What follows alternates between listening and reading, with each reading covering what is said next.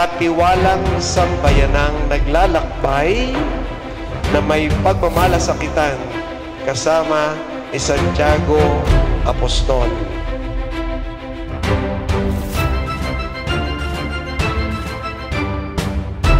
May pagmamalasakitan kasama si Santiago Apostol. Malasakit. Anong ibig sabihin ng malasakit?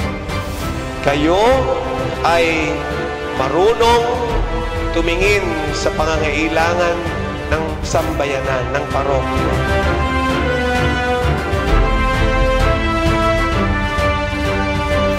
Pag malasakitan natin ang parokya, simbahan po ninyo ito, sambayanan ng Diyos kayo, ang mga pari, magpapalit-palit.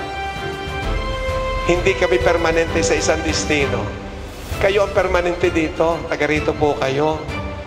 This is your parish church. Pag malasakitan po ninyo, itong lugar na ito ay daluyan ng biyaya ng Diyos.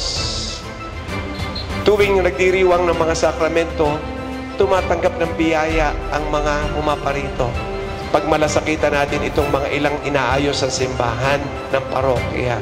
Kayo ay katiwalang sambayanan, naglalakbay, may pagmamalasakitan kasama ni Santiago Apostol.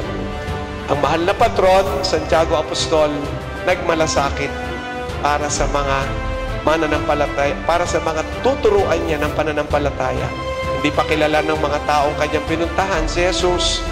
Ang Diyos na ito nagligtas sa atin. Sino nagpakilala? Siya. Siya nagturo.